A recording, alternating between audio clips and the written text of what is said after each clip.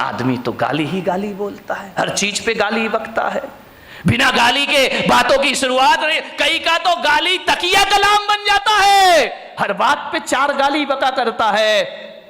मैंने कहा यार जितनी भी गाली इस देश में है वो महिलाओं के नाम से सारी गाली है, माँ के नाम से, बहन के नाम से, बाप और भाई के नाम से कोई गाली इस देश में नहीं है। मैंने कहा इतनी सारी गालियां महिलाओं के नाम से क्यों है इस देश में? विचार किया कि महिलाओं को गाली आती है लेकिन ये गाली बका नहीं करती हैं, लेकिन आदमी 24 घंटे गालियां दिया कर। ध्यान रखिए मान्यवर, किन बातों पे झगड़ा होता है हमारे घर में?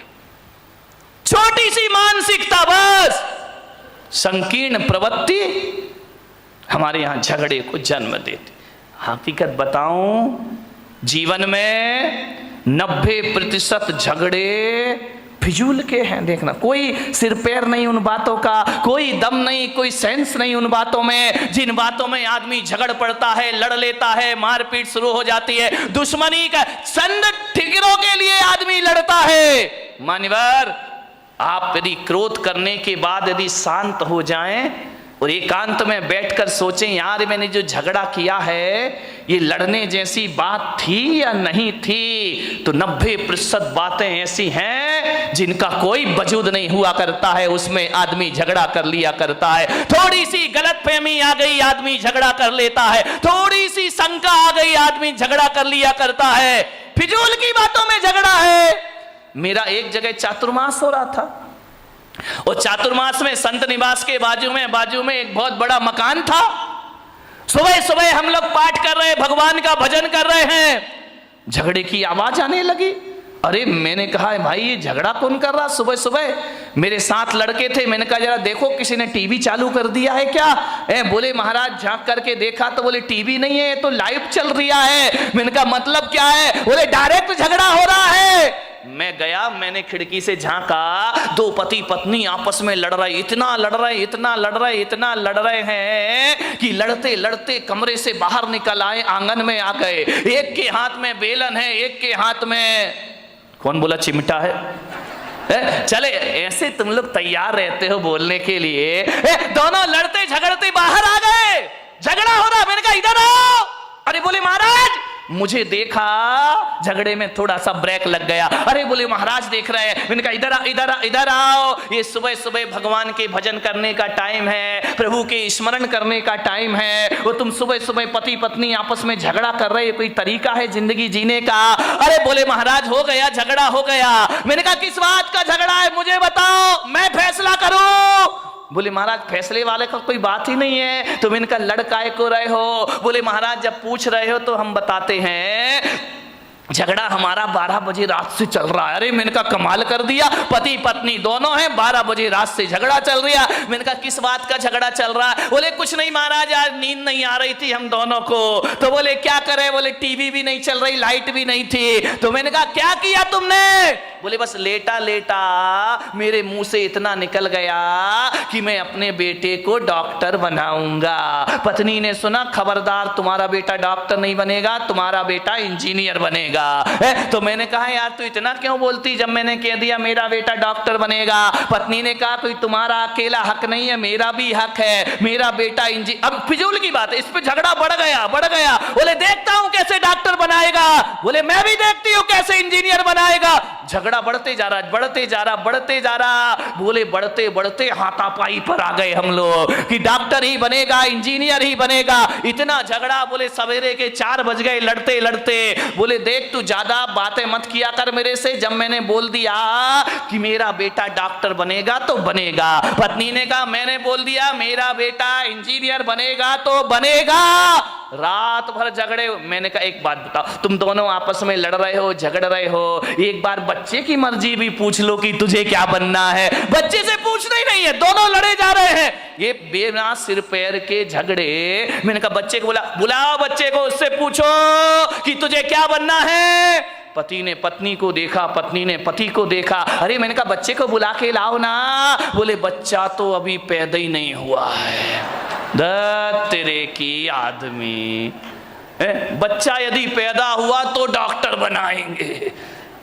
फिजूल की बातों का झगड़ा है। ये कोई झगड़ने की बात है? सास बहू में झगड़ा हो गया, बहू ने कहा मलाई मेरे पीहर में जाएगी, सास ने कहा चल मलाई यहीं खाई जाएगी। इतनी लड़ाई, इतनी मलाई पे झगड़ा हो गया। बोले ये तो पीहर में जाएगी, पास में ही पीहर लोड़न नीरा की होगी और कहां की हो सकती है? तो बोले ये मलाई मेरे पीहर में जाएगी। सास ने कहा नहीं, मलाई तो बारामती में ही खाई जाएगी, चाहे कुछ भी हो जाए। बोले देखती हूं तू कौन होती है रोकने वाली, अरे तेरे जैसी लाखों बहुएं देखी, चल मलाई यहीं रहेगी। इतना झगड़ा। ससुर जी दुकान से आए, उन्होंने कहा ये महाभारत क्यों मचा रखी, झगड़ा क्यों है? बोले बहू को समझा लो, वो कह रही है कि मलाई पीहर में जाएगी और मैं कह रही हूँ कि मलाई यहीं खाई जाएगी। ससुर ने कहा तुम मलाई पे लड़ रही, लाओ मलाई लेकर आओ, मैं ही खा लेता हूँ, टेंशन खत्म हो जाएगा। मन शांत नहीं है आदमी का। आज इतना क्रोध है, घरों में क्रोध हो तो हो, समाज में क्रोध है, परिवार में क्रोध है, मंदिरों में भी कम क्रोध नहीं है। ध्यान रखना, क्रोध सब जगह अपने जाल फैला रहा है। मैं आज जहां तक लोग ये सोचते थे कि छोटा परिवार सुखी परिवार, लेकिन आज मैं देख रहा हूं कि छोटा परिवार दुखी परिवार। पहले बड़ा परिवार था, संयुक्त परिवार था, आज छोटे परिवार हैं, लड़ाइयां ज्यादा होती हैं, पति पत्नी में झगड़े हो जाते हैं, आए दिन तलाक का वातावरण निर्मित हो जाता है। अब झगड़े किससे? आदमी का स्वभाव लड़ना झगड़ना है। जब संयुक्त परिवार थे तो आदमी लड़ता था, झगड़ता था, एक दूसरे से बातचीत हो जाती थी। जहां 4 बर्तन होते थे वहां खटपट तो कौन बोला होती थी और होएगी। मुझे मालूम है मेरे प्रवचन से तुम कोई भी सुधरने वाले नहीं हो, मैं कितना भी बोलूं तुम्हें तो वही करना है जो करना है। लेकिन फिर भी मैं कहता हूं इस हजारों की जन्मेदिनी में यदि 1-2 परिवार में ही परिवर्तन आ गया तो मेरा बोलना और सार्थक सफल हो जाए। 1-2 लोग ही सुधर गए तो बहुत है। क्लासरूम में बैठा हुआ हर बच्चा 100 में से 100 नहीं लाता है। 2-4 बच्चे होते हैं जिन्हें 100 में से 100 अंक प्राप्त हुआ करते हैं, और जिन्हें प्राप्त हो जाते हैं शिक्षक का बोलना और पढ़ाना और सिखाना सार्थक हो जाए। कोई भी किताब आप उठा करके पढ़ लीजिए, कोई भी अखबार आप उठा करके पढ़ लीजिए, पूरी किताब पढ़ने जैसी किसी भी लेखक की नहीं हुआ करती है। लेकिन एक बात ध्यान है, यदि 100 रुपए 200 रुपए की किताब में यदि 2 पेज ही अच्छे पढ़ लिए गए, 2 पृष्ठ ही बहुत अच्छे हुए, तो वह 2 पेज पूरी किताब की कीमत चुका दिया करते हैं। इतना ध्यान रखिए। बस 2 पेज अच्छी बातें पूरे प्रवचन में घंटे भर में 1-2 बातें अच्छी हुआ करती हैं, बाकी तो बातों की बारात हुआ करती है। ध्यान, 1-2 बात ही जीवन को बदल दे तो मेरा बोलना और तुम्हारा सुनना सफल हो जाता है। हर जगह क्रोध है, आज क्रोध ज्यादा है। परिवार छोटे हैं, क्रोध बढ़ रहे हैं।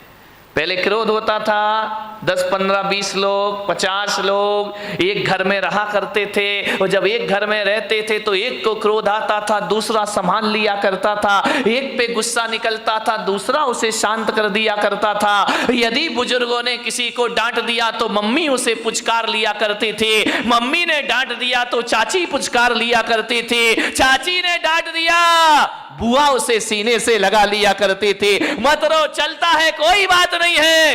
क्रोध बट जाता था। अब तो हम 2 और हमारे नहीं, वो 2 भी नाम के ही हैं, एक पूना में पढ़ रहा तो एक बंबई में पढ़ रहा है। हम 2 और हमारा कोई नहीं है। ध्यान रहे, पति पत्नी रहते हैं। अब गुस्सा कहां निकले मेरे भाई? कौन गुस्सा निकल आया तो संभालेगा कौन?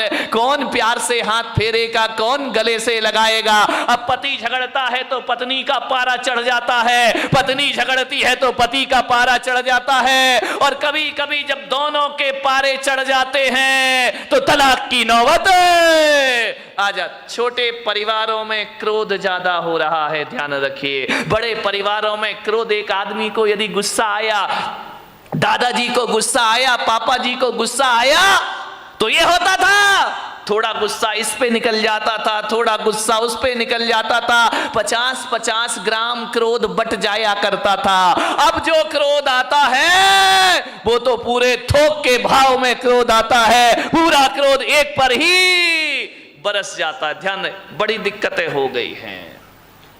एक आदमी बड़ा दुखी हो गया, शादी कर ली, पति पत्नी है, भगवान के पास पहुंचा, जाकर भगवान को प्रणाम किया, भोलेनाथ से बोला कि महादेव कोई मन्नत दे दो। महादेव ने कहा मांग, क्या मन्नत मांगता है? बोले बाबा इतना परेशान हो गया हूं, इतना परेशान हो गया हूं, अब एक ही मन्नत मांगता हूं, मुझे शादीशुदा से कुंवारा कर दो वापिस। भोलेनाथ ने देखा शादीशुदा से फिर से कुंवारा कर दूं वापिस। भोलेनाथ ने कहा निकल यहां से बाहर।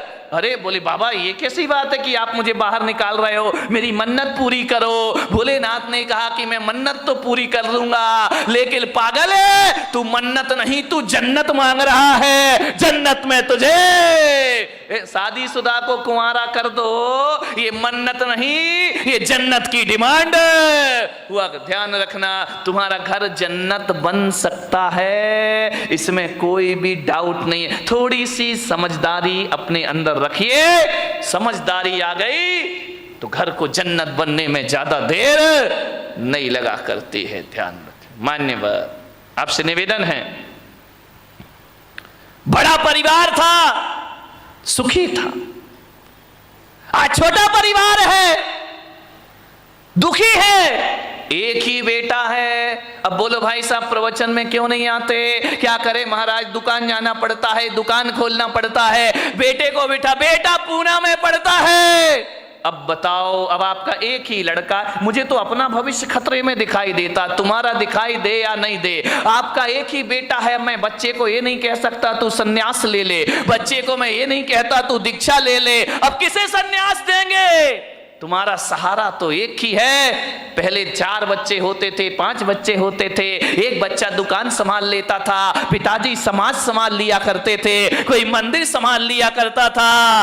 अब तो हमारे यहाँ संभालने वाला कोई नहीं, अब तो घर नौकरों के हवाले हमारे हो गए हैं, और दुकान जो हो गई है वह पार्टनरशिप में चला करती है। घर के बच्चे ही नहीं है, बहुत बड़ी बड़ी फैक्ट्री बन जाती है, और बच्चा अमेरिका में जाके पढ़ता है, वापिस लौट के नहीं आता, बाप बेचारा यहां रोता है, इस करोड़ों की फैक्ट्री का उत्तराधिकारी कौन हो? समस्याएं बहुत ज्यादा हो गई हैं एकल परिवार से। संयुक्त परिवार सुखी परिवार। ध्यान रखिए मान्यवर, क्रोध ज्यादा बट गया, कलह ज्यादा हो गई, अब लड़ने की तो आदमी की आदत है। अब घर में यदि कोई मेंबर ही नहीं है, एक ही बचा तो झगड़ा तो फिर उसी से होगा। ध्यान रखिए मान्यवर, कलह बढ़ गई हमारे घरों में, ऐसे बात करते हैं किसी से जैसे उस पर कोई एहसान कर रहे हो, जवाब नहीं दिए जाते हैं। हालात ये हो गए हैं कि पति बेचारा थका हारा घर पहुंचता है, आवाज लगाता है कि सुनती है, एक गिलास पानी लाके दे दे, प्यास लगी है बहुत। अब पत्नी क्या बोलती है, देख नहीं रहे, मैं सीरियल देख रही हूं, टीवी देख रही हूं, ऐसा करो जाके चुपचाप पानी पी लो, और हो सके तो एक गिलास मेरे लिए भी ले आए। हालात बहुत खराब है घरों के, स्थितियां भी, तुम तो पी लो और हो सके तो एक गिलास मेरे लिए भी पानी लेकर आ जाए। यही चल रहा है ना घर में? शर्माओ मत, देखो सही बता जो कुछ चल रहा है। मैं कोई प्रवचन कोई आकाश से उतर के तो आते नहीं है। एक महिला ने पूछा, महाराज एक बात बताओ, तुम्हारी शादी हुई? मैंने कहा मेरी तो शादी नहीं हुई है। बोले आपका परिवार था? मैंने कहा मेरा तो कुछ भी नहीं है। बोले कब दीक्षा ले ली? मैंने कहा बहुत छोटी सी उम्र में दीक्षा ले ली है। तो बोले आप एक बात बताओ, तुमने शादी करी नहीं, तुम्हारे बच्चे हैं नहीं, तुम्हारे बीवी है नहीं है, फिर एक बात बताओ महाराज, ये तुम्हें घर की बातें कहां से पता चलती हैं? ये घर गृहस्थी की बातें कहां से जान लेते हो? अरे मैंने कहा मैं कहां जानता हूं, तो बोले आप इतनी बातें बोलते हो, इतना उदाहरण घर गृहस्थी के देते हो, ये बताओ महाराज तुमने ये सीखा कहां से? मैंने कहा मैंने कुछ नहीं सीखा देवी, तुम्हारे पति आते हैं मेरे सामने, रोते हैं, चले जाते हैं, अपनी घर की बातें तुम ही बता जाती हो, तुम अपनी बातें बताती हो, मेरा प्रवचन तैयार हो जाया करता है। और कहां से प्रवचन लाऊंगा? प्रवचन तो तुम्हारे बीच से बनेंगे, मैं कहां से लेकर आऊंगा? तुम ही आते हो महाराज, ये परेशानी, ये दिक्कत, वो दिक्कत है, बस मैं पॉइंट नोट करते जाता हूं, मेरी डायरी में प्रवचन तैयार हो जाया करता है। और प्रवचन आएगा कहां से? समाज की बातें समाज के बीच रखना पड़ती हैं। आपको उसी भाषा में समझाया जा सकता है, आपको शास्त्रों की भाषा में समझ में आने वाला नहीं है। उदाहरण भी वही दिए जाते हैं जिसमें आप सुबह शाम जिया करते हैं। ध्यान रखना, ये दिल की बातें दिल तक पहुंच जाया करती हैं, वरना ज्ञान की बातें एक कान से सुनो और दूसरे कान से निकल जाती हैं। ध्यान रखिए, बड़े परेशान हैं लोग, बहुत हैरान हैं लोग, क्रोध से परेशान हैं। अब क्रोध तो भाई आ ही जाता है, करोगे क्या करोगे? लाख कोशिश करो, क्रोध तो आ ही जा। जहां चार बर्तन होते हैं वहां खटपट तो बोलो होगी, आगे भी। तो मेरा गला क्यों फड़वा रहे मेरे भाई? ध्यान रखिए, अरे चार बर्तन है वहां खटपट तो, अरे लड़ाई कहां नहीं होती है।